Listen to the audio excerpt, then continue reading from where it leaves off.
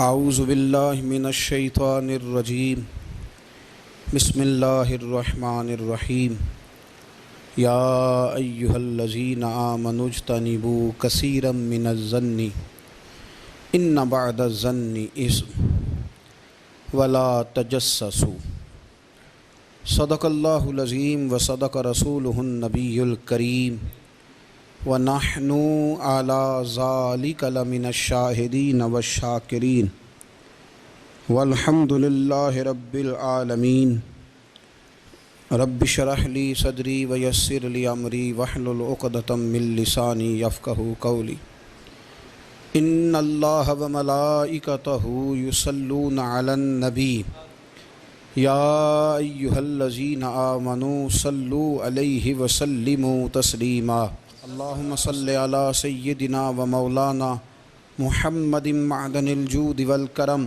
وآلہ وصحبہ وبارک وسلم۔ تمام تعریفیں، حمد و ثنا اللہ تعالی جل مجدہ الکریم کے لیے، درود و سلام نبی اکرم نور مجسم شفیع معظم احمد مجتبیٰ جناب حضرت محمد مصطفیٰ صلی اللہ تعالی علیہ وسلم کی ذات والا صفات کے لیے حمد و صلات کے بعد قرآن مجید سورۃ الحجرات کی آیت نمبر 12 میں اللہ کریم نے فرمایا یا ایھا الذین آمنوا اجتنبوا کثیرا من الظن ان بعد الظن اثم۔ اے ایمان والو، بہت سارے گمانوں سے، بہت سارے خیالوں سے بچو۔ فرمایا بعض گمان بھی، بعض خیال بھی گناہ ہیں۔ کیسے بچیں؟ فرمایا ولا تجسسوا، یہ جاسوسی چھوڑ دو، یہ کسی کی باتوں، چھپی ہوئی باتوں کو تلاش کرنا چھوڑ دو۔ اس سے تم گمانوں سے بچو گے، وسوسوں سے بچو گے، خیالات سے بچو گے۔ نفسیاتی طور پر جو لوگ پاک صاف ہوتے ہیں نا، ان کی زندگی مطمئن ہوتی ہے۔ بہت زیادہ مال، دولت، وجاہت، شہرت کے باوجود جو لوگ نفسیاتی طور پر کسی میل کچیل کا شکار ہوتے ہیں، ذہنی طور پر، وہ ساری صلاحیتوں کے باوجود بھی کمزور، بے چین اور بے سکون رہ جاتے ہیں۔ زندگی میں گمان، سوچ، اپنی نفسیات کو ہمیشہ اچھا رکھیں۔ کبھی بھی اپنے آپ کو الجھاؤ کا شکار نہ ہونے دیں۔ جس آدمی نے سکون لینا ہے اس نے بھی یہاں سے لینا ہے، اپنے اندر سے۔ جس نے مطمئن ہونا ہے اس نے بھی خود بخود ہی ہونا ہے، اور جس شخص نے بے سکون رہنا ہے اس نے بھی خود بخود ہی رہنا ہے۔ میرے نبی کریم علیہ السلام نے اپنے صحابہ کو مطمئن زندگیاں فراہم کیں، اطمینان بخش رویے حضور نے دیے۔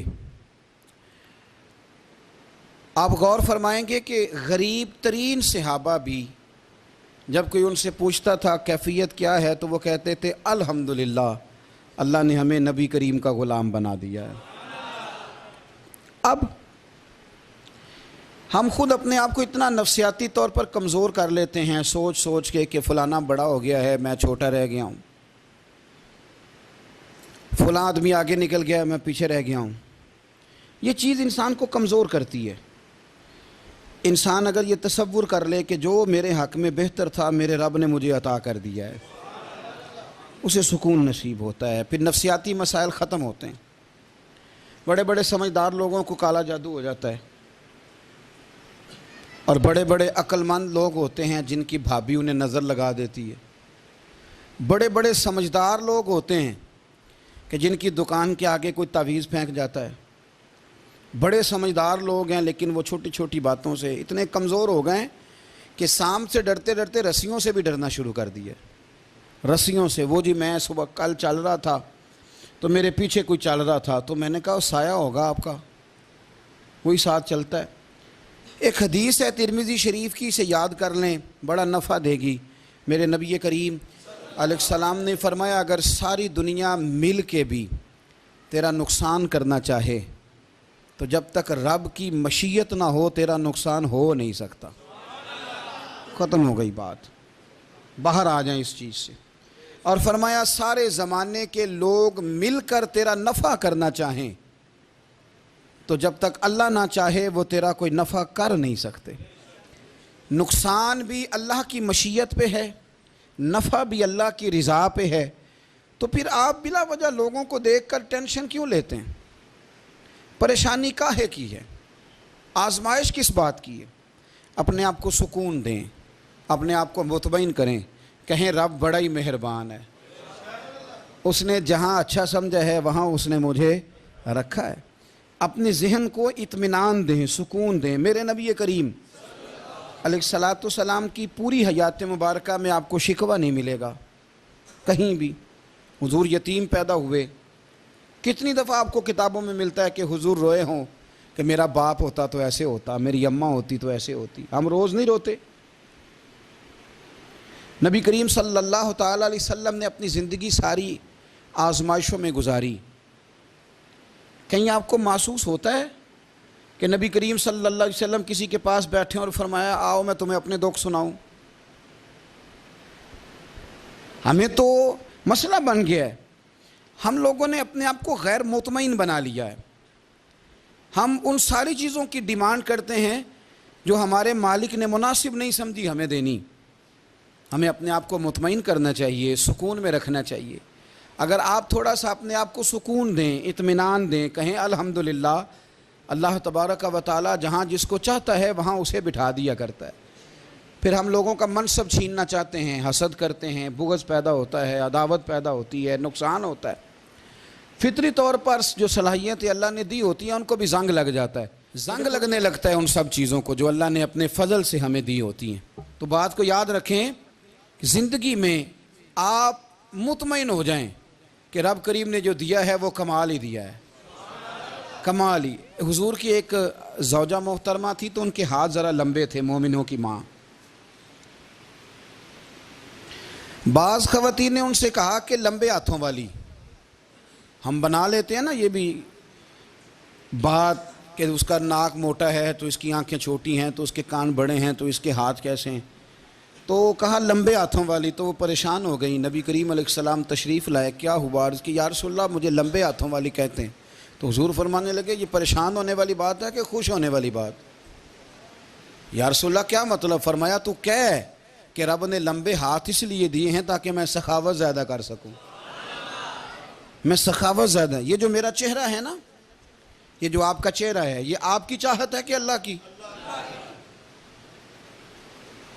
فی ای صورت ما شاء رکبک.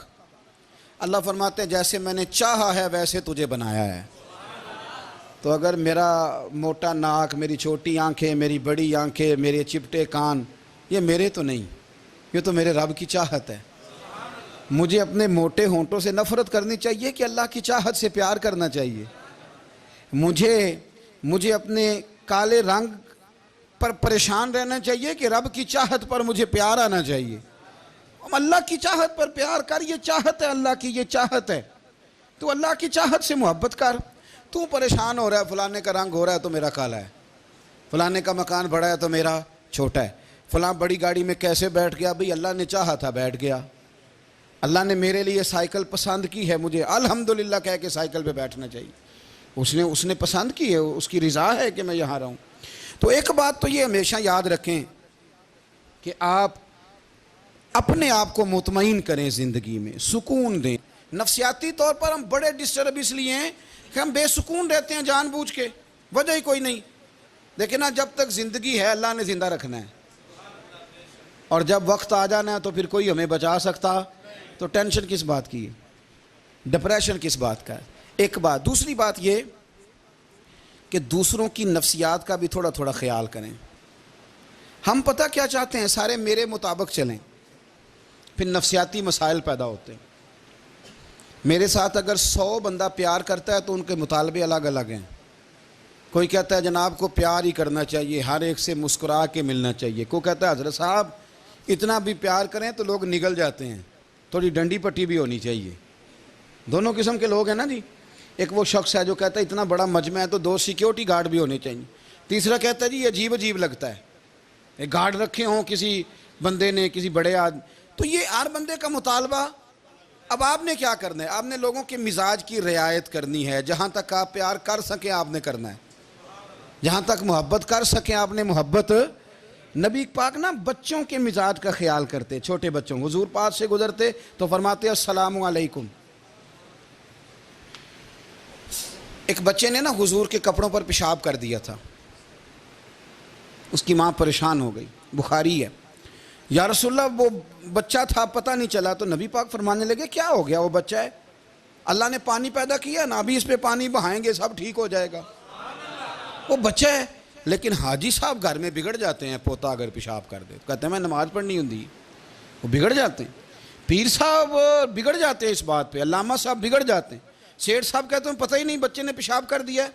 حضور نے فرمایا کہ بچہ بچہ ہوتا ہے, وہ چھوٹا ہے, اس کا ایک مزاج ہے, اس کا ایک مطالبہ ہے.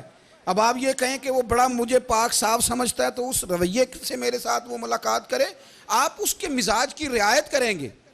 نبی کریم کے غلام کے بیٹے ہیں حضرت اسامہ بن زید, نواسوں کی بات نہیں سنا رہا. زید بن حارثہ حضور کے غلام تھے, ان کے بیٹے ہیں, چھوٹی عمر تھی, ناک بہ رہا تھا. ویسے دادا جی ناک صاف کر دیتے ہیں پوتے کا, ہو سکتا ہے وہ ڈانٹ دیں کہ چل دوڑ جا کتنا گندا, اماں سے کہا تیرا ناک صاف کرے, چل نالائق. نانا بھی کہا چل بھاگ جا, کیونکہ وہ حاجی صاحب نے وضو کرنا ہے, نماز پڑھنی ہے, تو ان کے قریب یہ چیز آ گئی تو بڑا مسئلہ بن جائے گا.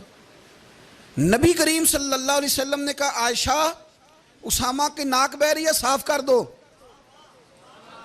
حضرت عائشہ کہتی ہے میں ذرا اٹھی کو کپڑا دیکھ لوں تو حضور جلدی سے اٹھے. ایک روایت تو یہ ہے کہ حضور نے ناک پونچھ دیا, اور دوسری میں کہ نبی پاک قریب پہنچ گئے. جناب عائشہ کہتے ہیں میں نے ہاتھ پکڑ لیا, میں نے کہا حضور کپڑا لینے گئی تھی آ گئی. کہتے ہیں میں نے اپنے ہاتھوں سے ان کی ناک صاف کر دی, ریٹ صاف کر دیا.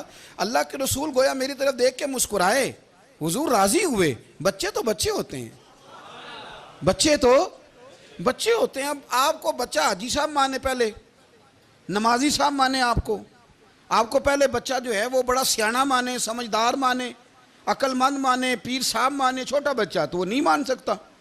آپ اس کی نفسیات کے مطابق اس کے ساتھ چلیں. آپ رویہ وہ رکھیں کہ وہ بچہ ہے, وہ چھوٹا ہے. حضور بچوں کے پاس سے گزرتے تھے تو انہیں سلام کہتے تھے. آپ بھی کہتے ہیں, آج سے کہیں گے. حضور گزرتے چھوٹے کہتے السلام علیکم. اور نبی پاک صلی اللہ علیہ وسلم کبھی کبھی نا بچے کھیل رہے ہوتے تو حضور بیٹھ جاتے, فرماتے یار میرے سینے سے تو لگو. حضور زمین پہ بیٹھ جاتے, بچہ یوں ہاتھ پہ, بچہ دوڑا آتا, حضور کے سینے سے جب لگتا تو نبی پاک گر جاتے اور فرماتے اوئے ہوئے تم نے تو مجھے گرا ہی دیا ہے. یہ بچوں کے ساتھ آپ جو رویہ رکھیں گے وہ میٹھا ہوگا. اب آپ کہیں گے چونکہ اب میں ایک عہدے پہ ہوں, میں ایک منصب پہ ہوں, تو یہ آپ کی نفسیاتی کمزوری ہے. پھر کیا ہوتا ہے, بچوں کو ڈانٹ کے رکھا جاتا ہے, بے جا ڈانٹ ڈپٹ, بے جا سختی, اور بے جا ان کے ساتھ رویے, اور ان کے ساتھ بڑی عجیب و غریب قسم کی جو ہے وہ ہماری جو ہے وہ گھٹن گیپ آ جاتا ہے بچوں کے درمیان. بچے, میں کہا کرتا ہوں, پھر بچے ہمیں دکھ نہیں سناتے, وہ پھر غلط آدمی کو دوست بناتے ہیں, پھر اس غلط آدمی کو اپنی بات بتاتے ہیں, غلط آدمی رازدار بن جاتا ہے.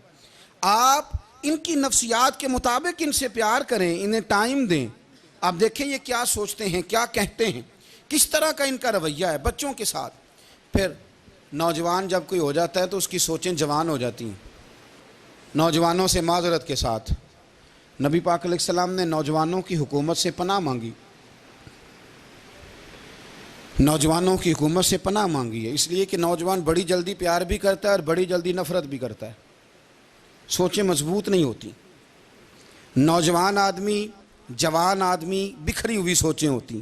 میرے رسول کریم صلی اللہ علیہ وسلم نوجوانوں سے ان کے مزاج کے مطابق ڈیل کرتے تھے, ان کی طبیعت کے مطابق ان کی ذہن سازی کرتے تھے. ہم نا جوانوں کو وقت نہیں دیتے, ہم مطالبہ کرتے ہیں نوجوان سے کہ وہ ہے نوجوان باتیں بوڑھوں والی کرے. اگر جوانی میں بوڑھوں والی باتیں کرے تو پھر تو شیخ سعدی کہتے ہیں سارے بوڑھے چھوڑ کے اس نوجوان کے پاس بیٹھو, اس کے پاس فیض زیادہ ہے.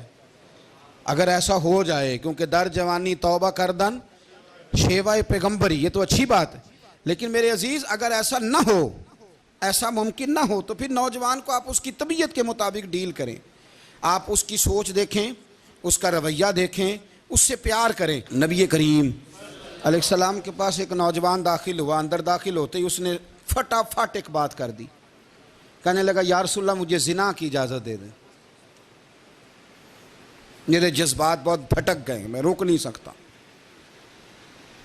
ہمارے ہاں ہمارے گھر میں کوئی فون کرے تو ہم غیرت مند بن جاتے ہیں، میری غیرت کو گوارا نہیں کہ کوئی میرے گھر میں فون کرے، اور اگر میں کسی کے گھر میں فون کروں تو پھر غیرت کدھر گئی؟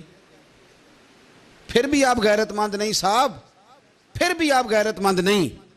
اگر آپ کسی کے گھر فون کرتے ہیں تو آپ غیرت مند نہیں، تو یاد رکھیں اگر آپ یہ حرکت کر رہے ہیں تو پھر آپ کو بھی تھوڑا احساس ہونا چاہیے نا۔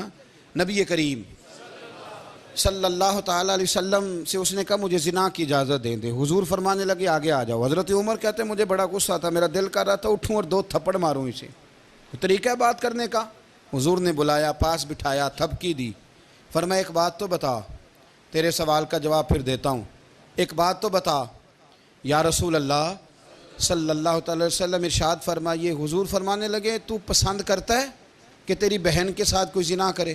پسند کرتا ہے تو کہ تیری بہن کے ساتھ کوئی زنا کرے؟ کہنے لگا حضور میں بات بھی سننا پسند نہیں کرتا۔ تیری بیٹی کے ساتھ؟ کہنے لگا حضور زبان اس کی کھینچ لوں گا جو یہ بات کرے گا۔ کہا تیری ماں، تیری پھوپھی، خالہ کا؟ حضور خبردار کسی بندے کو میں اجازت نہیں دوں گا۔ تو رسول کریم فرمانے لگے جس سے تو زنا کی اجازت مانگ رہا ہے وہ بھی تو کسی کی بہن ہے نا، وہ بھی تو کسی کی بیٹی ہے۔ جو غیرت، جو حمیت تجھے اپنے گھر کے بارے میں آتی ہے وہ دوسرے کے بارے میں کیوں نہیں آتی؟ جب نبی کریم نے اس نوجوان کو اس کے مزاج کے مطابق سمجھایا تو اس کی آنکھوں میں آنسو آ گئے، عرض کرنے لگا یا رسول اللہ صلی اللہ تعالیٰ علیہ وسلم حضور زنا کی ارادہ تو ایک طرف، آج کے بعد میری زبان پر اس کا نام بھی نہیں آئے گا۔ آپ سامنے والے کی نفسیات کو دیکھیں، آپ اپنے موڈ میں نہ رہیں۔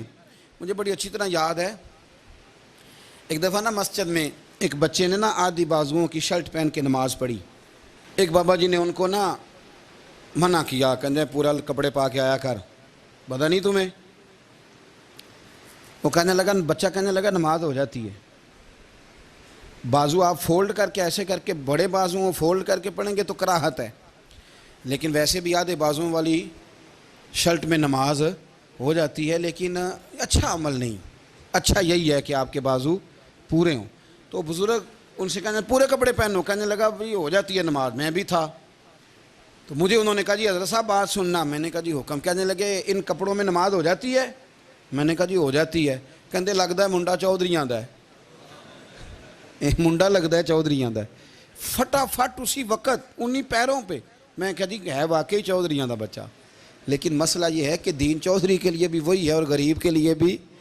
تو آپ اس بچے بیچارے کو اندر آنے تو دیں، اس کو مسجد میں داخل ہونے دیں، انشاءاللہ کپڑے بھی ٹھیک پہن کے آ ہی جائے گا۔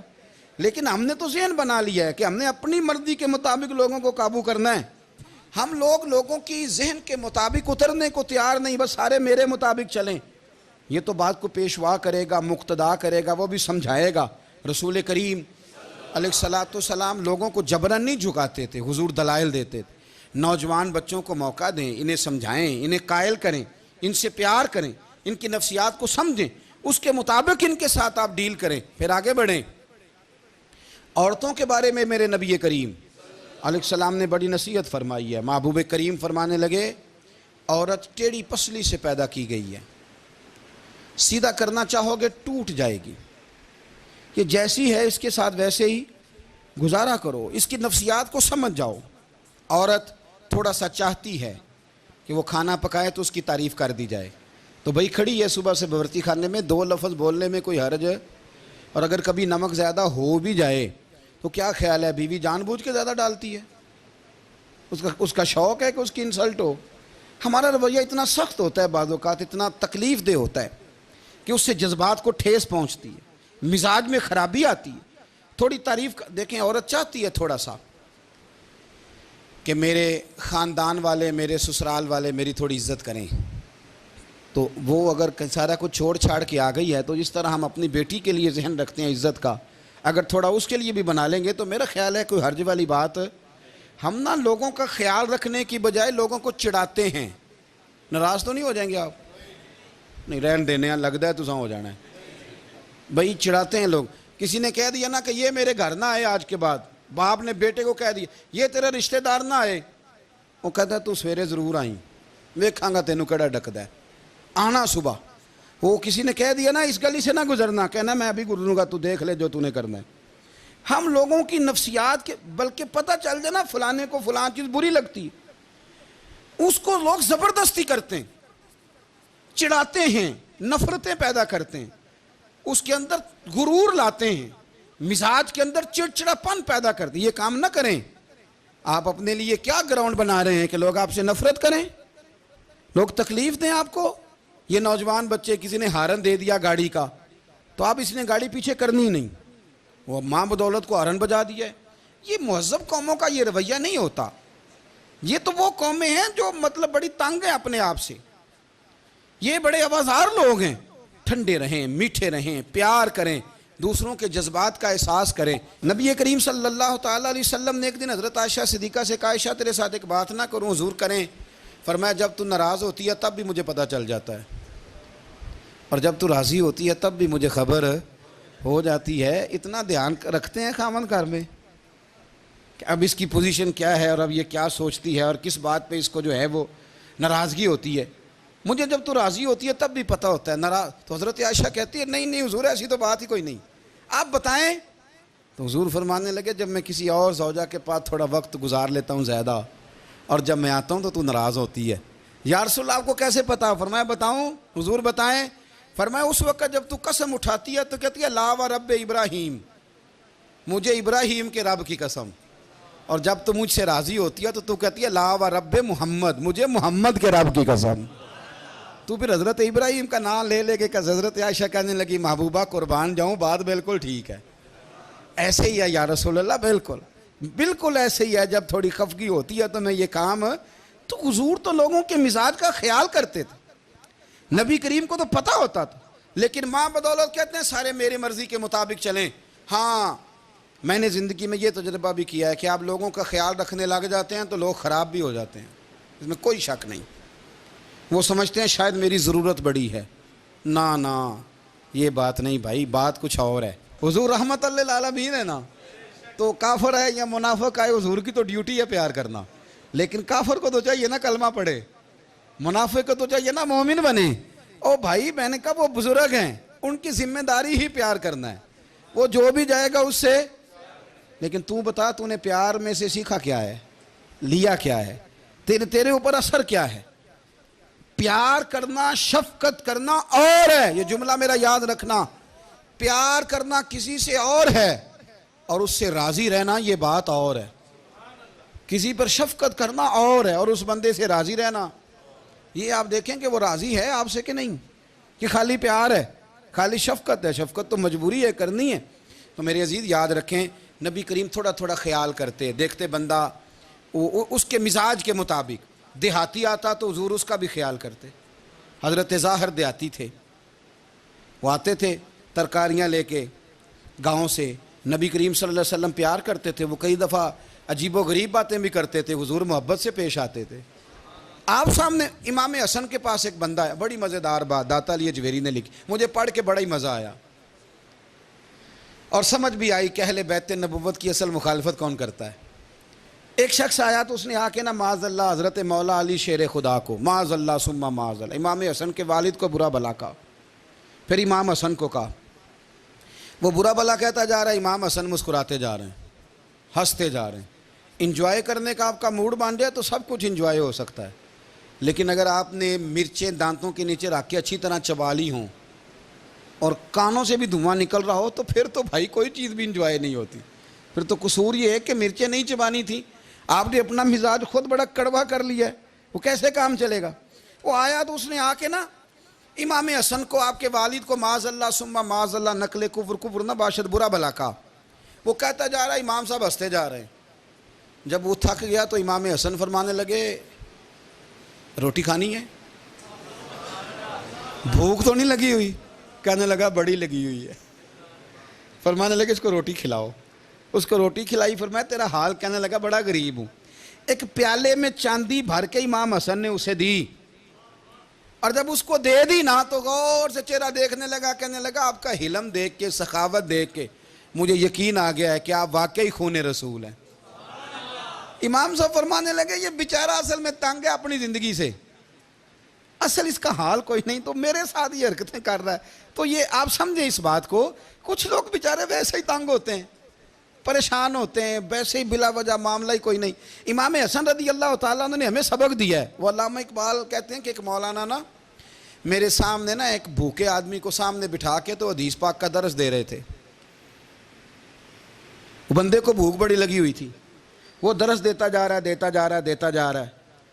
تو اقبال کہتے ہیں میں نے اسے کہا کہ فاقہ کش کو درس شریعت سے کیا غرض، اس کے شکم کی آگ کو تو روٹی چاہیے، میں اسے روٹی کھلا، اسے تیری کوئی سمجھ نہیں آ رہی، تو بھوک لگی ہوئی ہے، پہلے کھانا کھلا لے، پھر ذرا اس کے ہوش ٹھکانے آئیں گے، پھر اسے دین کی بات بتانا۔ ہم لوگوں کا ذہن نہیں سمجھتے کہ بندہ کس قسم کا ہے۔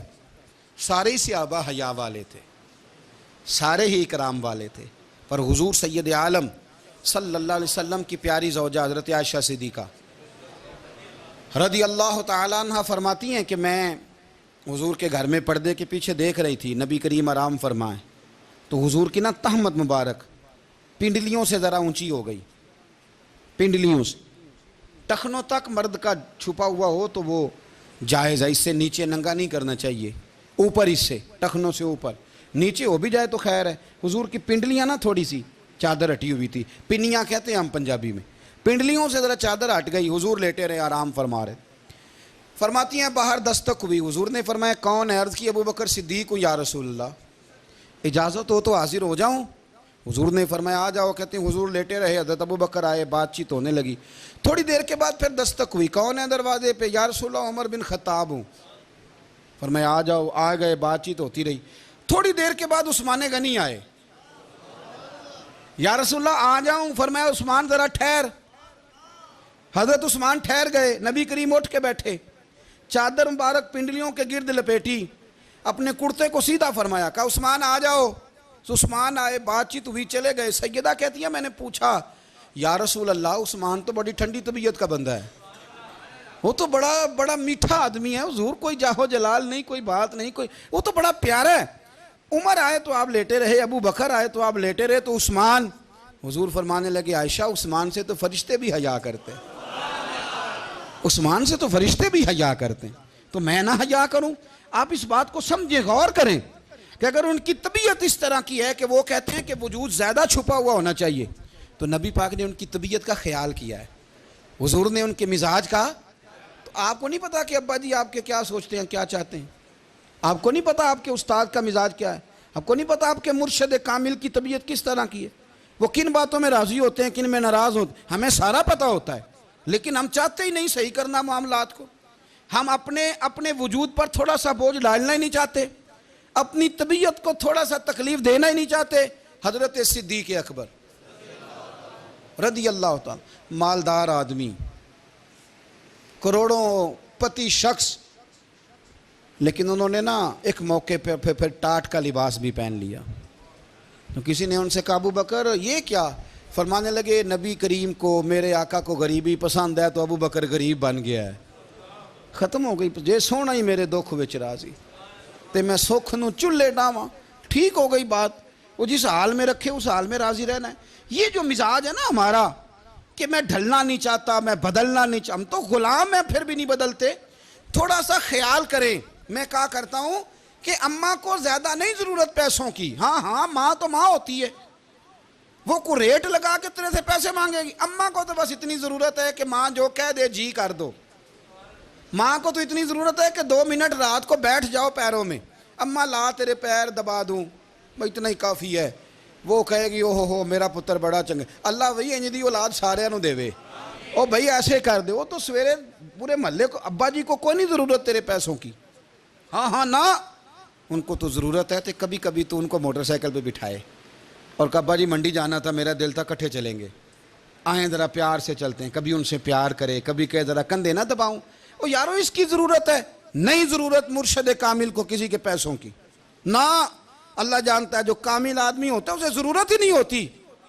اسے تو اتنی ضرورت ہوتی ہے کہ اس نے کہہ دیا سیانے بن جاؤ تو سیانے بن جاؤ، اس نے کہہ دیا نیک ہو جاؤ تو نیک، اس نے کہا ہے کہ آج آ جانا تو پھر، اور نہ یار کہاں ضرورت ہے تیری، میں اتنا ہی بڑا، ہم لوگ دوسروں کے بارے میں سوچتے ہی نہیں، بس میں مجھے سکون دو، میرے مطابق ڈھل جاؤ، میری بات کرو، اور نہ یارو میرے رسول کریم، میرے نبی رحمت سرور دو عالم صلی اللہ علیہ وسلم دوسروں کا خیال کرتے، ان کے مزاجوں کا خیال کرتے، ان کی طبیعت کا خیال کرتے، ان کے معاملات کو دیکھتے، میرے رسول پاک علیہ السلام تو دیکھتے کون شخص کس طرح کا ہے، کس رویے کا ہے، کس انداز کا ہے، اس کو اس کے مطابق عزت دیتے، وقار دیتے، نواز دیتے، اس شخص کا اس طرح کا اکرام کرتے۔ میرے نبی کریم صلی اللہ علیہ وسلم فرماتے ہیں میں نے معراج کی رات میں نے جنت میں ایک محل دیکھا، میرا دل کیا میں اندر سے جا کے دیکھوں، پر اس کے دروازے کے قریب گیا تو عمر فاروق کا نام لکھا تھا۔ فرماتے ہیں میں نے کہا عمر ذرا طبیعت کا سخت ہے، تو اس نے کہنا ہے قانون یہ ہے کہ پہلے اجازت لو پھر کسی کے گھر جاؤ، چلو ہم نہیں جاتے، عمر سے پوچھ کے چلے جائیں گے، گھر جو عمر کا ہے۔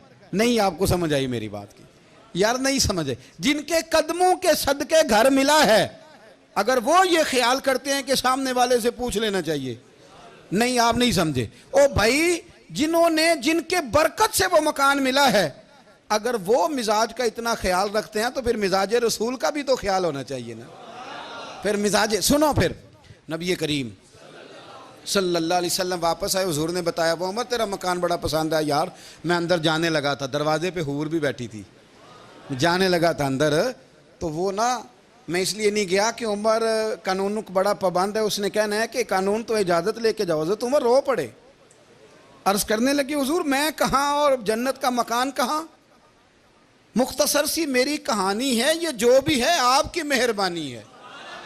تو حضرت عمر رو پڑے، لیکن میرے رسول کریم صلی اللہ علیہ وسلم اب اتنا حضور خیال کرتے تو جناب عمر پتہ کون تھے، جرت نہیں تھی کسی مائی کے لال کی کہ عمر کے سامنے کھڑا ہو سکے، ہاں جس کے سامنے شیطان نہ ٹھہر سکے، نکل جاتا ہے شیطان بھی، لیکن صحابہ کہتے ہیں جب کبھی حضور کے چہرے پہ شکن آتی تو اتنا وجود ہم نے کسی کا کامتے نہیں دیکھا جتنا عمر کانپا کرتے تھے، کب کبھی طاری ہوتی تھی، وہ دلیر میں کہیں اور ہوں، یہاں تو میں غلام ہوں، یہاں تو میں نوکر ہوں، دعا منگیا کرو سنگیو کتے مرشد نہ روس جاؤ، رو پڑتے۔ اور طریقہ کیا ہوتا، زمین پہ کونیاں رکھ کے نا، کونیاں گھٹنے، اب میں آپ کو کر کے کیسے دکھاؤں، حدیث صحیح میں موجود، یہ کونیاں زمین پہ رکھ کے نا، جیسے بچے نہیں چلتے، کونیاں دونوں زمین پہ حضرت عمر رکھ دیتے، اور یوں کونیاں رکھ کے تو یوں ہاتھ باندھ دیتے حضور کے سامنے، نیچے کونیاں اور ہاتھ باندھتے، اور پھر روتے جب حضور ناراض ہوتے تو، کسی اور سے ناراض ہے نبی پاک، عمر سے نہیں، تو یوں دونوں ہاتھ بچھا دیتے، یوں ہاتھ باندھتے اور کہتے رضیت باللہ ربا وبالاسلام دینا ونبینا محمد صلی اللہ علیہ وسلم، یا رسول اللہ میں بڑا راضی ہوں کہ اللہ میرا رب ہے، حضور میں بڑا راضی ہوں، حضور میں بڑا راضی ہوں کہ اسلام میرا دین ہے، و محمد نبیم و رسولہ، اور میں بڑا راضی ہوں کہ اللہ نے محمد کو نبی اور رسول بنایا ہے، حضور بڑا راضی ہوں، مہربانی فرما، بڑا راضی ہوں۔ یہاں پیر سید علی حسین شاہ صاحب اشرفی رحمۃ اللہ علیہ کچوشا شریف کے بزرگ تھے، اور شان یہ تھی کہ چہرہ غوث پاک سے ملتا تھا، وہ تھوڑا سما کے قائل تھے، سما کے، یعنی وہ والا سما نہیں جو اب ڈھول ڈمکے کے ساتھ ہوتا ہے، کچھ اس میں اشعار پڑے جاتے تھے، اور بعض ایسے شعر تھے جن پر باپ بزرگ کہتے تھے نہیں ہونے چاہیے، یہ رائے کا اختلاف۔ ان کے یہاں ایک خلیفہ تھے سید ابو البرکات شاہ صاحب، مفتی اعظم پاکستان، وہ خلیفہ ہیں لیکن بڑے عالم تھے۔ سید صاحب یہاں آئے تو لوگوں نے کہا حضور کو شعر پڑھیں، تو آپ فرمانے لگے یہ میرا مرید مفتی اعظم ہے، یہ منع کرتا ہے، یہ ان باتوں سے منع کرتا ہے، تو یہاں نہیں پڑھنے۔ لوگوں نے کہا حضور مرید کی بھی ماننی ہے، میں نرا مرید نہیں، مفتی بھی تو ہے نا، قرآن و سنت کی روشنی میں منع کرتا ہے۔ تو اتنا لوگ خیال کر لیتے تھے دوسروں کے مزاج، اور یارو ہم تو بوجھ بنتے ہیں، ہم تو چڑھاتے ہیں جس کے، اور میں دیکھتا ہوں دنیا چڑھ چڑھ کے پاگل ہو گئی، چڑھاتے ہیں ایک دوسرے کو، تکلیف دیتے ہیں، اذیت میں مبتلا کرتے ہیں۔ ہم لوگوں نے اب تھپڑ مارنے بند کر دیے ہوئے ہیں، اب ہم ڈنڈے نہیں مارتے، اب ہم نفسیاتی تکلیفیں دیتے ہیں، نفسیاتی۔ ذہنی طور پر ٹارچر کرتے ہیں، ہم لوگوں کو اتنا تکلیف میں مبتلا کرتے ہیں کہ لوگ پاگل ہونے کے قریب آ جاتے ہیں، خودکشیاں ہونے لگی ہیں۔ اگر ہم نفسیاتی طور پر پیار کریں، سامنے والے کو ذرا عزت دیں، ذرا اس کے جذبات کا خیال کریں، ذرا اس کی طبیعت کے مطابق چلیں، ذرا تھوڑا سا محبت کر لیں، پیار کر لیں، بڑی دنیا بچ جائے گی، بڑے سارے لوگ قریب آ جائیں گے۔ میرے رسول پاک علیہ الصلاۃ والسلام نا بمنزلہ طاقت کے بوجھ ڈالتے تھے، بمنزلہ طاقت کے۔ حضور نام لے کے بھی کہہ سکتے تھے عبد الرحمن تو مالدار ہے، دے اتنے پیسے جہاد میں، عمر تو مالدار ہے، دے پیسے، عثمان غنی دے، یہ نہیں حضور نے کبھی فرما۔ اعلان کر دیا بھئی جہاد کا موقع ہے، اپنا اپنا حصہ ڈالو۔ حضور کسی شخص پر کوئی بوجھ، اپنے آپ کو بوجھ نہ بنائیں۔ اسلام نفسیاتی مسائل کا حل بتاتا ہے کہ آپ پیار کریں۔ میں اکثر کہتا ہوں کہ ہمارے گھروں میں بہت سارے بیمار ایسے ہیں جنہیں دوائی کی نہیں، ہماری توجہ کی ضرورت ہے۔ بہت سارے بیمار اس قسم کے ہیں جنہیں صرف آپ کی مسکراہٹ کی ضرورت، جنہیں صرف آپ کا دھیان رکھنے کی ضرورت ہے۔ آپ تھوڑا دھیان کریں، تھوڑا پیار کریں۔ اگر آپ کو لگتا ہے نا کہ سامنے والے کے مکان کے آگے کوڑا پھینکنے سے اس کو ذہنی اذیت ہوتی ہے، تو خدا را آپ کو پتہ ہے مسلمان خوش ہو جائے تو اللہ بھی خوش ہو جاتا ہے۔ اور حضور فرماتے ہیں مسلمان کو تکلیف ہو تو مجھے بھی تکلیف ہوتی۔ اس لیے ایک تو اپنے آپ کو خود مطمئن کریں، دوسروں سے مطالبہ نہ کریں، اور آپ کوشش کریں دوسروں کے مزاج کے مطابق، ان کی طبیعت کے مطابق، آپ شرعی تقاضوں کے اندر رہ کے آپ کوشش کریں کہ سامنے والا ہماری وجہ سے چڑے نہ، اسے اذیت نہ پہنچے، اسے تکلیف نہ ہو، ہمیشہ مدحت خیر الانام میں گزرے۔ دعا ہے یہ عمر درود و سلام میں گزرے۔